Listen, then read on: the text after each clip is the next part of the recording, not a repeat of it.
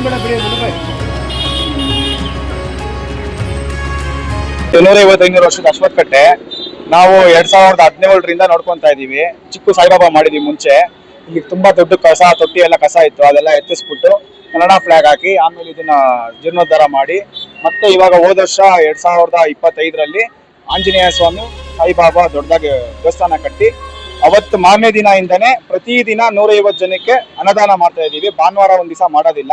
ಆಮೇಲೆ ಅಮಾವಾಸ್ಯೆ ಪೌರ್ಣಮಿಗೆ 30ರಿಂದ 50 kg ಪ್ರಸಾದ ಮಾಡ್ತೀವಿ. ಆಮೇಲೆ ಇಲ್ಲಿ ಎಲ್ಲ ಕೂಲಿ ಕಾರ್ಮಿಕರು ಇರೋದು, ಅವ್ರು ಬಂದು ಊಟ ಮಾಡ್ಕೊಂಡು ಹೋಗ್ತಾರೆ, ಅವ್ರಿಗೂ ಒಂದು ಪ್ರಸಾದ ಸಿಕ್ದಂಗೆ ಆಗುತ್ತೆ. ಎಲ್ಲ ಭಕ್ತಾದಿಗಳು ಬಂದು ಸೇವೆ ಮಾಡ್ತಾರೆ, ನಾವು ಅವ್ರ ಜೊತೆ ಕೈ ಜೋಡಿಸ್ಕೊಂಡು ನಾವು ಕೆಲಸ ಮಾಡ್ತೀವಿ.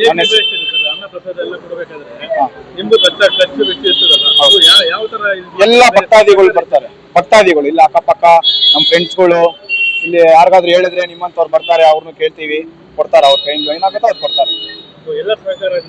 ಹೌದೌದು. ನಮ್ಮ ಹೆಸರು ಸೋಮಶೇಖರ್, ದೇವಸ್ಥಾನ ಪ್ರೆಸಿಡೆಂಟ್, ಶ್ರೀ ಅರಳಿಕಟ್ಟೆ ಸಾಯಿಬಾಬಾ ದೇವಸ್ಥಾನ ಪ್ರೆಸಿಡೆಂಟ್. ತುಂಬಾ ನಂಬಿ ನಮ್ಮ ಸೋಮಶೇಖರ್ ಅವರು ಪ್ರತಿಷ್ಠಾಪನೆ ಮಾಡಿರ್ತಾರೆ. ಹಾಗೆ ಇಲ್ಲಿ ಅಕ್ಕಪಕ್ಕ ಇರುವಂತ ಡೈಲಿ ಕೂಲಿ ಕಾರ್ಮಿಕರು, ಸೆಂಟರ್ ಆಫ್ ದ ಸಿಟಿ ಅಲ್ಲ ಇದು, ಚಿಕ್ಕಪೇಟೆ ಅಲ್ಲಿ ಇಲ್ಲಿ ತಳ್ಕೊಂಡು ಕೆಲಸ ಮಾಡೋರು ಇರ್ತಾರೆ. ಅಂತವ್ರಿಗೆ ಒಳ್ಳೇದಾಗ್ಲಿ, ಅಂತವ್ರಿಗೆ ಊಟ ಸಿಗ್ಲಿ ಅಂತ ಹೇಳಿನೇ ಡೈಲಿ ಅನ್ನದಾನ ಮಾಡ್ತಿದ್ದಾರೆ.